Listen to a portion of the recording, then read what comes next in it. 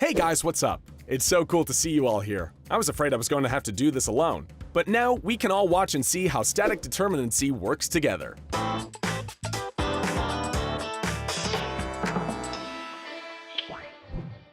So, static determinacy. It's got a nice ring to it, doesn't it? The formal definition of it is pretty intense, and I don't think it would do us much good. So to hell with the formal definition. Basically, when we talk about static determinacy, we're just talking about the stability of a truss like this one. Or more specifically, a truss is statically determinate when it has exactly as many supports as it needs. So we're talking about the minimum.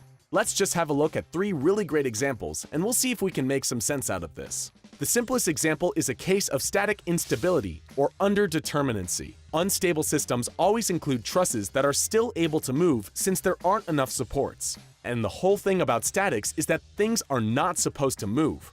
How might such an unstable system look? Like this, for example.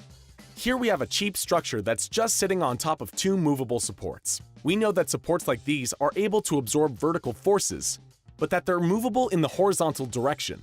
If you applied a force from the direction shown in the picture, the whole truss would just shift to the right. And of course, that would be pretty crappy. So for the most part, we should avoid building unstable systems. Now here's the next example. Unstable systems have a counterpart. These are called indeterminate systems. Simply put, this just means that there are too many supports. How do you know when you have too many supports? It's when the system would still be stable even if there were fewer supports. A pretty crazy example of such a system might look something like this. This truss is basically welded stiff and can't really move at all. So how can we make it clear that this system is indeterminate? Well, we could completely remove one of these supports, and the thing would still be stable. We could even remove a couple of them, since 4 fixed supports is way too many. Even this system is indeterminate. How can we reduce this system even more while still keeping it stable? We could take one of these fixed supports and make it a movable support. Let's do this with the support on the right. Now the whole thing looks like this. What we have here now is the popular combination of a fixed support and a movable support. That is the minimum arrangement required to keep the truss stable. So we've arrived at the golden mean, and now our system is statically determinate. Simply put, this means that it's stable and you can't just further simplify or remove any more supports without making it unstable. If we turn the support on the left into a movable support, we'll have our example from the beginning, which you'll remember was unstable. Great, so now you know the basics. Now let's have a look at that statically determinate system.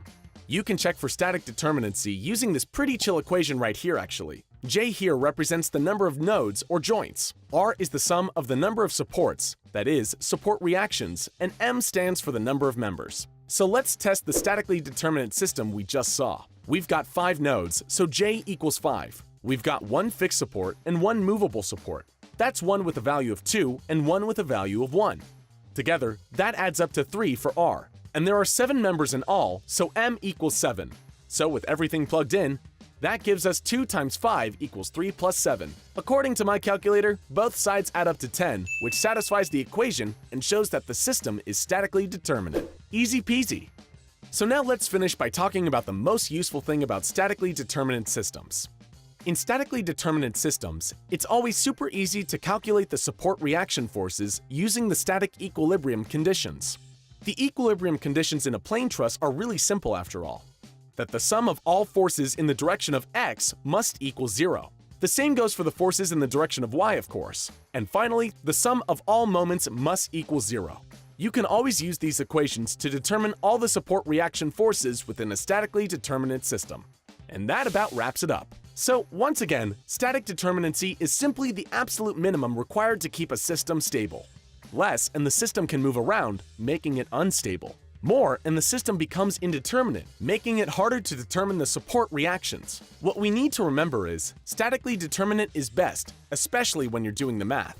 Keep it real, folks, and get cracking.